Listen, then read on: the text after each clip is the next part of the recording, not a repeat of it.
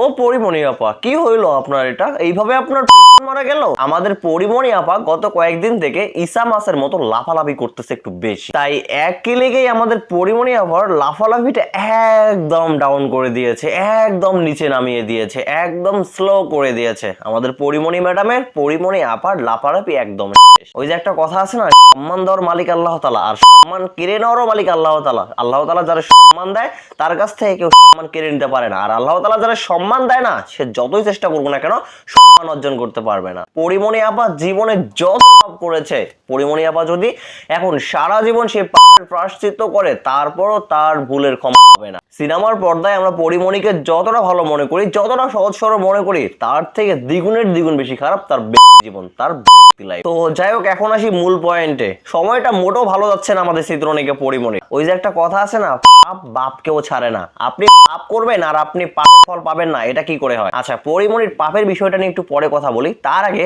বুবলিকে নিয়ে পরিমণির যে একটা খেলা খেলছিল কয়েকদিন আগে, এই বিষয়টা নিয়ে একটু কথা বলি। তো আমাদের পরি আপু অপু বিশ্বাসকে খুশি করতে গিয়ে বুবলিকে নিয়ে গত কয়েকদিন আগে যা নয় তা বলেছে, এবং সেই কথাগুলো এতটাই জঘন্য ছিল, কোন সুস্থ স্বাভাবিক মানুষ এই কথাগুলো লিখতে পারে না। তেমনটাই লিখেছেন আমাদের পরিমণি, শুধুমাত্র অপু বিশ্বাসকে খুশি করার জন্য। বুবলির কোনো দোষ ভুল না থাকা সত্ত্বেও আপনি বুবলিকে নিয়ে উল্টাপাল্টা কথা বলেছেন। বুবলির কোনো দোষ ভুল না থাকা সত্ত্বেও আপনি বুবলিকে নিয়ে নোংরা নোংরা স্ট্যাটাস দিয়েছেন। আপনার কি এই বিষয়টা একবারও মনে হয় নাই, আমি এই সহজ সরল বুবলিকে নিয়ে এত খারাপ খারাপ মন্তব্য করতেছি, এই বুবলির অভিশাপ যদি আমার উপর লাগে তাহলে কি হবে আমার? আপনার উপর শুধু বুবলির অভিশাপ লাগেনি, পুরো দেশবাসীর অভিশাপ লেগেছে আপনার উপর। তাই আজকে আপনি এমন একটা সিচুয়েশনের মধ্য দিয়ে যাচ্ছেন, আপনার সামনে তো ভবিষ্যৎ আরো। আচ্ছা যাই হোক, আপনাদেরকে আরেকটা সুখবর দেই। অবশেষে পরিমণিকে গ্রেফতারের পরোয়ানা কিন্তু অলরেডি জারি হয়ে গেছে। যে কোনো সময়, যে কোনো দিন, যে কোনো মুহূর্তে পরিমণিকে গ্রেফতার করা হতে পারে। পরিমণির উপর যে কয়েকটি অভিযোগের জন্য গ্রেফতারের পরোয়ানা জারি করা হয়েছে, তার মধ্যে উল্লেখযোগ্য হচ্ছে ধর্ষণ, তারপর ভাঙচুর, তারপর Dhaka senior judicial magistrate M Saiful ইসলামের আদালতে বৃহস্পতিবার সকালে এই আবেদন করেন বাদী পক্ষ। তো শুনানি শেষে আদালত আদেশের জন্য এটা রেখে দিয়েছে। আর এই মামলাটি ব্যবসায়ী নাসির উদ্দিন 2022 সালের 6 জুলাই আদালতে করেন। তো ব্যবসায়ী নাসির উদ্দিন ভাই পরিমণির উপর কেন মামলাটি করেছে এটা কিন্তু আমরা সবাই জানি, কম বেশি সবাই জানি এই বিষয়টা। তো এই বিষয়টা আপনাদেরকে আরেকটু নলেজে দেই। পরিমণি সেদিন রাত 12টার সময় নাসির উদ্দিন ভাইয়ের ক্লাবে যায়। সেখানে গিয়ে আমাদের লেরিমণি বেটা লালপানি ইচ্ছা মতো শোভন করে এবং তিনি ফার্স্ট সেল চায়। তো যারা ক্লাবের সদস্য আছে তারা পরিমণিকে স্পষ্ট ভাষায় বলে দিয়েছে যে আমাদের ক্লাবে এরকম কোনো রুলস নেই। হ্যাঁ, রুলস আছে, আমাদের ক্লাবের মেম্বার ব্যতীত বাহিরের কোনো ব্যক্তিকে আমরা ফার্স্ট সেল দেই না। তো এমন তো কথায় আমাদের পরিমণি ইচ্ছা মতো রেগে যায়, ইচ্ছা মতো রেগে গিয়ে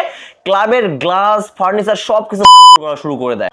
তো করেছে পরিমণি 81,000 টাকা মদ্যপান করেছে, সে টাকা না দিয়ে ক্লাব থেকে চলে গেছে। এখানে সীমাবদ্ধ থাকলে পরিমণির ঠিক ছিল, বাট পরিমণি বাসায় এসে ব্যবসায়ী নাসিরের উপর ধর্ষণের একটা অভিযোগ নিয়ে আসছে এবং ধর্ষণের একটা মামলা করে দিয়েছে। দেখেন তিনি কতটা টাউট প্রাণী। তিনি ব্যবসায়ী নাসিরের এত বড় ক্ষতি করলেন, তার ক্লাবে মদ পান করে তাকে 1 টাকাও দিলেন না এবং তার ক্লাবে করলেন, বরঞ্চ তার নামে মামলা দিয়ে দিল। তো এই হচ্ছে সেদিনের ব্যাপারটা। ওই যে একটা কথা আছে না, তুমি পাপ করবা আর পাপের ফল ভোগ করবা না, এটা কি করে হয়? সেই দিনের পাপের ফলটা পরিমণি এখন পাবে, ইচ্ছা মতো পাবে। আর বুবলিকে নিয়ে উল্টাপাল্টা মন্তব্য করার, উল্টাপাল্টা কথা বলার টেস্ট এবার পাবে পরিমণি। তো ভাই ব্রাদার, পরিমণির উপর গ্রেফতারের পরোয়ানা জারি হয়েছে, এইটা শুনে আপনাদের কেমন লাগতেছে? আপনাদের মূল্যবান মতামত কমেন্টে বলবেন।